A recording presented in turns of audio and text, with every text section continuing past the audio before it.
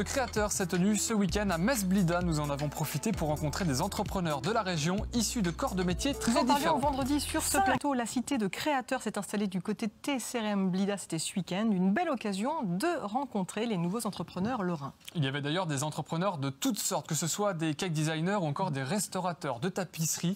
Les objectifs, entrer en contact, créer un réseau et surtout rencontrer le grand public. Michel Weiss, lui aussi, les a rencontrés pour nous. Quel point commun y a-t-il entre une cake designer et une restauratrice de tableaux?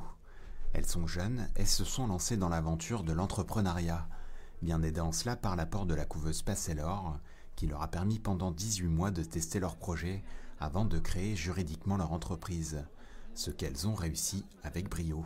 Ça s'est avéré être un test positif qui m'a permis de m'amener à la création réelle de ma société. On est encadré, on a des comptables qui nous suivent, des juristes, un suivi de projet. On se rencontre avec les autres couvées tous les mois. Ce qui est intéressant aussi, ça permet d'échanger, de se donner des idées en fait, pour développer l'activité. Donc vraiment très positif. J'en suis sortie il y a 2 mois et je serais bien restée encore quelques mois. En tout, une soixantaine de jeunes entrepreneurs ont fait la démonstration de leur savoir-faire lors de ce 4e salon des créateurs. Victor Manjol restaure, entretient et construit des pièces pour les orgues. Comme tous les autres couvées, il bénéficie actuellement de cette protection statutaire avant de se lancer. Et entre eux, aucune notion de compétition. On est solidaires entre nous, on s'entraide, on se donne des conseils, on se donne parfois des tuyaux, des adresses, des choses comme ça pour qu'on essaie de travailler ensemble, même sur des chantiers, ça peut arriver.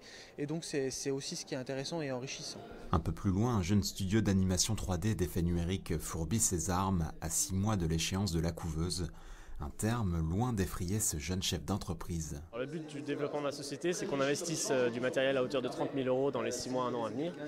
Le but est d'aller à la création dans 6 mois, donc en SARL, de faire un studio d'animation dans le Grand Est et qui travaille donc avec des acteurs de l'audiovisuel dans le Grand Est et au Luxembourg. Et tous ces jeunes talents lorrains feront, à n'en pas douter, l'économie de demain.